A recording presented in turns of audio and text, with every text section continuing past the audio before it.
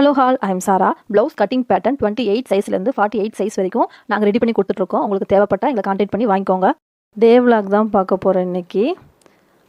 இந்த ப்ளவுஸ் வந்து நேற்று நைட்டு வந்து நான் கட் பண்ணேன். ஒரு 7-7:30 மணி இருக்கும். கட் பண்ணும்போதே இவங்க ரிலேஷன் ஒரு தாத்தா அவர் வந்துட்டார், திருநெல்வேலியிலேருந்து வந்தார். அவரை பார்த்துட்டு அப்புறம் அவருக்கு காஃபி வச்சு கொடுத்து டிஃபன் கொடுத்துட்டு இவங்க பெரியப்பா ஒருத்தர் இருக்கார், அவருக்கு கொடுத்துட்டு அதுக்கப்புறம் தான் இந்த ப்ளவுஸ் வந்து நான் ஃபுல்லாக கட் பண்ணேன். இந்த டிசைன் வந்து இந்த லோட்டஸ் டிசைன் வந்து இந்த கஸ்டமரே தான் எனக்கு கொடுத்தாங்க. பின்ட்ரெஸ்ட்லேருந்து பார்த்து செலக்ட் பண்ணி எனக்கு இந்த மாதிரி தைச்சி கொடுன்னு சொல்லி, அவங்களும் ஒரு டெய்லர் தான். இப்போ வேலைக்கு போகிறங்காட்டிக்கு தைக்க முடியல, நீ தைச்சி கொடுன்னு சொல்லி எனக்கு கொடுத்தாங்க. இந்த ப்ளவுஸோட ரேட் வந்து 400 ஃபிக்ஸ் பண்ணியிருக்கேன். ஏன்னா இந்த லேஸ் வந்து கொஞ்சம் ரேட் அதிகமாக இருக்குது. ஒரு மீட்ரு வந்து 35 ரூபா. ஆனால் டேரெக்டாக பார்க்கும்போது நல்லா ஜிகுன்னு இருக்குது, நல்லா ஹை குவாலிட்டியாக தான் இருக்குது. வீடியோவில் எப்படி தெரியுதுன்னு எனக்கு தெரியல. நல்லா வளைச்சி தைக்கிறதுக்கும் நல்லா வளைஞ்சி கொடுத்துது, நல்லா இருந்துச்சு தைக்கிறதுக்கு. இந்த டிசைனில் ஃபஸ்ட்டு இப்போ தான் தைக்கிறேன். இதோட ஸ்டிச்சிங் வீடியோ வந்து நான் போடலை, ஏன்னா நைட்டு நான் 1 மணி ஆயிடுச்சு இதை தைச்சி முடிக்கிறதுக்கே. அந்த லேஸ் மட்டும் தான் வைக்கிறேன், மற்ற எல்லாமே நான் டக்குன்னு ஃபினிஷ் பண்ணிட்டேன். இந்த லேஸ் மட்டும் வச்சுக்கிட்டே இருக்கேன். டபுள் ஸ்டிச் போடணும், நடுவில் வர அந்த கோல்டன் கலரில் லைன் போதில்ல அது போடணும், அப்புறம் நாட்டு, அதுக்கு எல்லாமே லேட் ஆயிடுச்சு. அதுக்கப்புறம் மார்னிங் தான் இடுப்பு பக்கத்தில் கொஞ்சம் ஹெம் பண்ண வேண்டியதாக இருந்துச்சு. அந்த லோட்டஸ் கீழே இறங்கி வருதில்ல, அந்த இடத்துல ஒரு ஹெம்மிங் வரணும். அந்த கேப் மட்டும் தைக்க முடியாது, அதனால் அந்த இடத்துல மட்டும் ஒரு ஹெம்மிங் பண்ணுற மாதிரி வந்துச்சு, ஒரு 5 இன்ச்சுக்கு. அதுக்கப்புறம் ஃப்ரண்ட்டில் 2 பக்கமே ஹெம்மிங்கு. அப்புறம் ஹூக்கு ஒரே ஒரு ஐ நாட் வி ஷேப் தான் போட்டேன். வீன் இது பண்ணுவோம்ல, அதுதான் போட்டேன் ஹூக் மாட்டுறதுக்கு. காலையில் இதெல்லாம் முடிக்கிறதுக்கு ஒரு 7:30 ஆயிடுச்சு, ஹெம்மிங் பண்ணி ஹூக் வைக்கிறதுக்கே. அதுக்கப்புறம் இன்றைக்கி வந்து ஒரு கஸ்டமர் வந்து ஆர்டர் கொடுத்துருந்தாங்க. அவங்க வந்து கரூர்லேருந்து கொடுத்துருந்தாங்க. இவங்க ஏற்கனவே எனக்கு ஒரு வாரத்துக்கு முன்னாடி நினைக்கிறேன் ஃபோன் பண்ணி டீட்டெயில்ஸ் கேட்டுட்டு அமௌண்ட் சென்ட் பண்ணாங்க. சென்ட் ஆகலை எனக்கு ஜிபேயில். எனக்கு இஷ்யூஸ் இருந்துச்சு. அதுக்கப்புறம் அதெல்லாம் கிளியர் பண்ணி அவங்களுக்கு கொரியர் அனுப்பிச்சி விட்டுட்டேன். நெக்ஸ்ட்டு வந்து சாப்பாடு செய்யலாம் மதியத்துக்குன்னு வந்தால் இவ்வளோ பாத்திரம் இருக்குது. அப்படியே காலையில் செஞ்சதெல்லாம் அப்படியே இருக்குது. அதை ஃபுல்லாகவே நான் க்ளீன் பண்ணி எடுத்துகிட்டு சாப்பாடு வச்சேன். ஃபஸ்ட்டு சாப்பாடு வச்சுட்டு பாத்திரம் கழுவுனேன். அதுக்கப்புறம் பாத்திரம்லாம் கழுவி முடிச்சுட்டு பாவக்காய் குழம்பு. இன்றைக்கி பாவக்காய் குழம்புன்னா இந்த ஊருக்கு வந்து கொஞ்சம் வேறு மாதிரி வச்சு பழகிட்டேன். எங்கள் அம்மா வச்சு தரது நல்லாயிருக்கும். சாப்பாடு வடிச்சிட்டேன். பாவக்காய் குழம்பு இங்கே வந்து இந்த சக்தி மசாலா அந்த பொடி போடுவாங்க, இவருக்கு அப்படி போட்டால் தான் சாப்பிடுவார். அப்புறம் ஒரு சின்ன டிப்ஸ் ஒன்று சொல்கிறேன். உங்கள் கிச்சனில் இந்த மாதிரி ரேக் ஒன்று ரெடி பண்ணிக்கோங்க. எனக்கு ரொம்ப யூஸ்ஃபுல்லாக இருக்குது. நான் கல்யாணம் முடிஞ்சு வந்தேனே ஆன்லைனில் வாங்கின முதல் ஆர்டர் இது தான். ஆர்டர் பண்ணி வாங்கினது. நான் வாங்கும்போது 800 ரூபா இருந்துச்சு. இப்போ 660 ரூபா.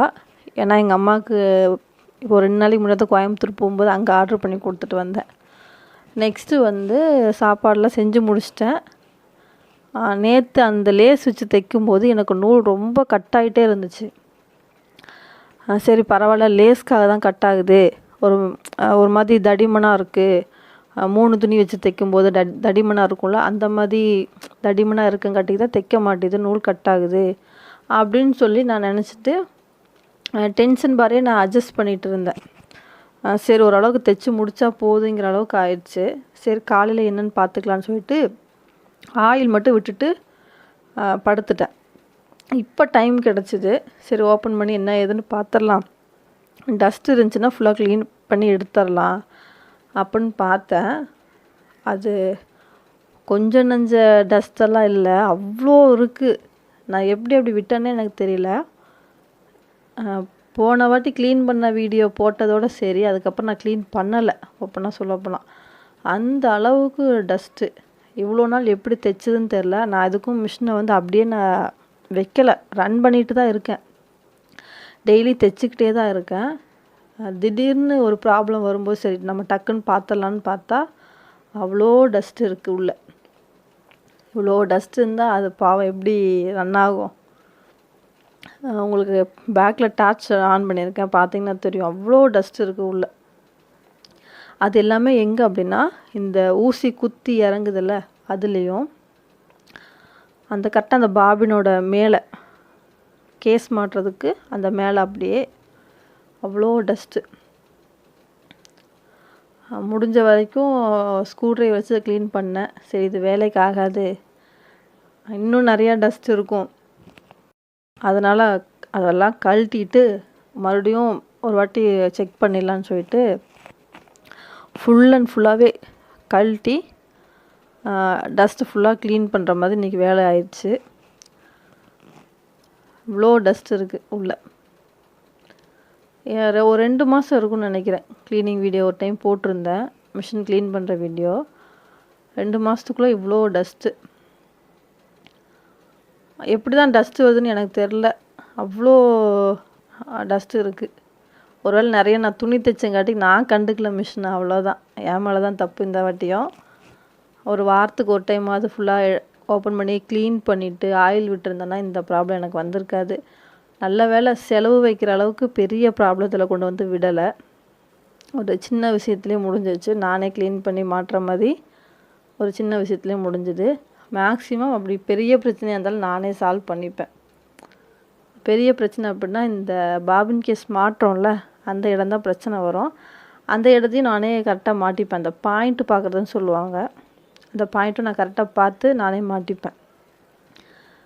ஏன் அப்படின்னா வெளியே கொடுத்தா ஒரு டைம் வந்து சர்வீஸுக்கு கை வச்சுட்டாங்க அப்படின்னா அந்த மிஷின் வந்து சர்வீஸ் பண்ணாதான் ஓகேன்னு நம்மளுக்கே தோண ஆரம்பிச்சிடும். அதுக்கு பதிலாக நான் என்ன பண்ணுவேன்னா, நம்ம தான் இருக்கோமே, நம்ம பண்ணால் கரெக்டாகிடும் அப்படின்னு எனக்கு ஒரு நம்பிக்கையை நானே வளர்த்துக்கிட்டு அப்போருந்து இப்போ வரைக்கும் நானே தான் க்ளீன் பண்ணுவேன். ஒரு டைம் மட்டும் எங்கள் அக்கா யூஸ் பண்ணும்போது அந்த வீல் சுற்றும்போது அந்த வீலுக்கு உள் பக்கமாக ஒரு ரவுண்டாக ஒன்று திருகிறது இருக்கும், டைட் பண்ணுறது. அது லைட்டாக லூஸ் ஆயிடுச்சு. அவளாலேயும் டைட் பண்ண முடியல, என்னாலேயும் டைட் பண்ண முடியல. அப்போ மட்டும் ஒரு அண்ணாவை கூப்பிட்டு வந்து அதை டைட் பண்ணோம். அதுக்கப்புறம் அதுவும் அப்படியே தான் இருக்குது, அதுலேயும் ஒன்றும் அவ்வளோ ஒரு பிரச்சனையும் இல்லை. எவ்வளோ டஸ்ட் இருக்குது பாருங்களேன். ஃபஸ்ட்டு எடுக்கும்போது எப்படி இருந்துச்சு, இப்போ நல்லா ப்ரஷ் வச்சு தேய்ச்சி க்ளீன் பண்ணும்போது அவ்வளோ டஸ்ட்டும் போயிடுச்சு.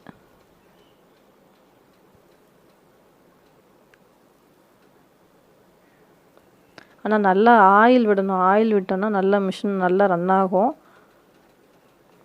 நான் ஆயிலெலாம் விட்டுருவேன், அந்த உள்ளே ஓப்பன் பண்ணி உள்ளே போய் பார்க்குறதுக்கு டைம் இல்லாமல் போச்சு. இப்போ மறுபடியும் நான் மிஷினை என்ன பண்ணணும்னா ஓப்பன் பண்ணணும். இன்னும் உள்ளே என்னென்னலாம் குப்பை இருக்குது அப்படின்னு பார்க்கணும். இன்னும் இருக்கும், உள்ளெல்லாம் தெரியுது லைட்டாக. அதெல்லாம் ஃபுல்லாக எடுத்துட்டு ப்ரஷ்ஷு தான் ஃபுல்லாக உங்களுக்கு ஹெல்ப் பண்ணும்.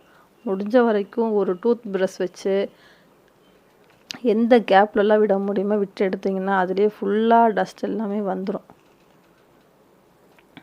நார்மலாக யூஸ் பண்ணது கூட தூக்கி போடாமல் அது மிஷினு கூட வச்சுக்கலாம். ஏன்னா அது நீட்டாக எல்லா பக்கமுமே போய் நம்மளுக்கு அந்த டஸ்ட்டை வந்து எடுத்துகிட்டு வந்துடும். அந்த ப்ரஷ்லேயே வந்து எல்லாத்தையும் எடுத்துகிட்டு வந்துடும். அப்புறம் உள்ளே ஒரு அட்டை வச்சுருக்கேன் பார்த்தீங்களா, நகுந்துச்சு. அதை நீங்கள் பார்த்துருந்தீங்கன்னா தெரியும்.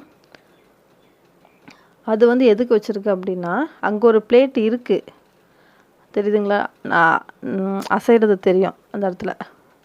உள்ளே ஒரு பிளேட் இருக்குது. ஆனால் நம்ம ஆயில் விட்டோம் அப்படின்னா கீழே வந்து வடிஞ்சு வரும். எங்கே அப்படின்னா இந்த நீடிலுக்கு மேலே அந்த இடத்துலலாம் ஆயில் விடும்போது அதை டேரெக்டாகவே கீழே வந்து வடிஞ்சு வர மாதிரி வந்துடும்.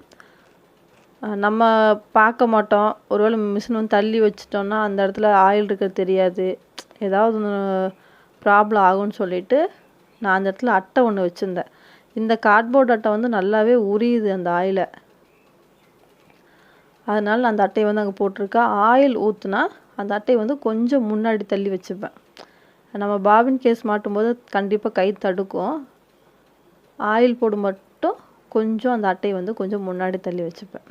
உள்ளே பாருங்கள் எவ்வளோ டஸ்ட் இருக்குது பாருங்கள். உள்ளே எல்லாமே அந்த பாபின் கேஸ் இருக்க அந்த கூண்டு அந்த இடத்துல மட்டும்தான் இருக்குது, அவ்வளோ டஸ்ட்டும்.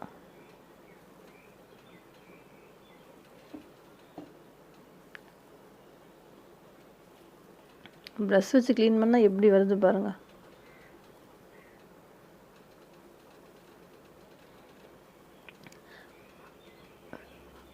ஃபுல்லாகவே நம்ம ஓப்பன் பண்ணி க்ளீன் பண்ணி ஆயில் விட்டோம் அப்படின்னா நல்லாவே ரன் ஆகும் இந்த மிஷின்.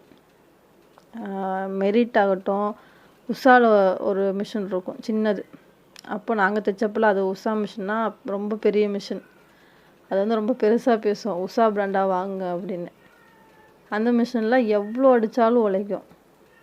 நம்ம தைச்சிக்கிட்டே இருந்தாலும் நம்ம அதை பாதுகாக்கிற முறையில் கரெக்டாக நம்மளுக்கு அது என்னென்ன தேவையோ அதுக்கெல்லாம் நம்ம கொடுத்துட்டு வந்தோம் அப்படின்னா அது நம்மளுக்கு யூஸ்ஃபுல்லாக இருக்கும். இந்த மிஷின் வாங்கினதுலேருந்தே இதுக்கு முன்னாடி ஒரு மிஷின் இருந்துச்சு, அதுவும் ஓகே இதுவும் ஓகே தான். இது எல்லாம் வாங்கினதுலேருந்தே நாங்கள் எங்களுக்காக தைச்சிக்கிட்டு இருக்கோம். தைக்கிற செலவு வந்து ரொம்ப எங்கள் வீட்டில் இல்லை, யாருக்குமே இருக்காது தைக்கிற செலவு, அப்பாவுக்கு மட்டும் இருக்கும். அது போக இப்போ அம்மா வந்து வெளியே கொடுத்து தைக்கிறாங்க, நானும் இல்லை அக்கா இல்லை. அதனால் இந்த சேலை அடிக்கிறது, பாவாடை ஓரம் மடிச்செல்லாம் கொஞ்சம் நீளமாக அதை அடிக்கிறதுக்கெல்லாம் பக்கத்தில் கொடுத்துட்ருக்காங்க. ஒரு வீட்டில் ஒரு டெய்லர் இருந்துட்டோன்னா பாதி செலவு கம்மி. அதனால் தயவுசெய்து எல்லாருமே முடிஞ்ச வரைக்கும் எதையா இந்த மிஷினில் உட்காந்து தைக்க கற்றுக்கோங்க. ப்ளவுஸ் ஆகட்டும் சுடிதார் ஆகட்டும் தைக்க கற்றுக்கிட்டிங்கன்னா உங்களுக்கு வந்து ரொம்ப யூஸ்ஃபுல்லாக இருக்கும். அவ்வளோதான், வீடியோ வந்து முடிஞ்சுது. இதுக்கப்புறம் ஃபுல்லாக எல்லாத்தையும் மாட்டிட்டு நான் தைக்க ஆரம்பிச்சிருவேன். லாஸ்ட் வரைக்கும் வீடியோ பார்த்ததுக்கு ரொம்ப நன்றி. வீடியோ பிடிச்சிருந்தா லைக் பண்ணுங்கள், கமெண்ட் பண்ணுங்கள், மறக்காமல் சப்ஸ்கிரைப் பண்ணிவிடுங்க. உங்களுக்கு கட்டிங் பேட்டர்ன் தேவைப்பட்டா நம்பர் வந்து ஸ்க்ரீனில் கொடுத்துருக்கேன், நான் கான்டாக்ட் பண்ணி ஆர்டர் ப்ளேஸ் பண்ணிக்கோங்க. ரொம்ப ரொம்ப நன்றி.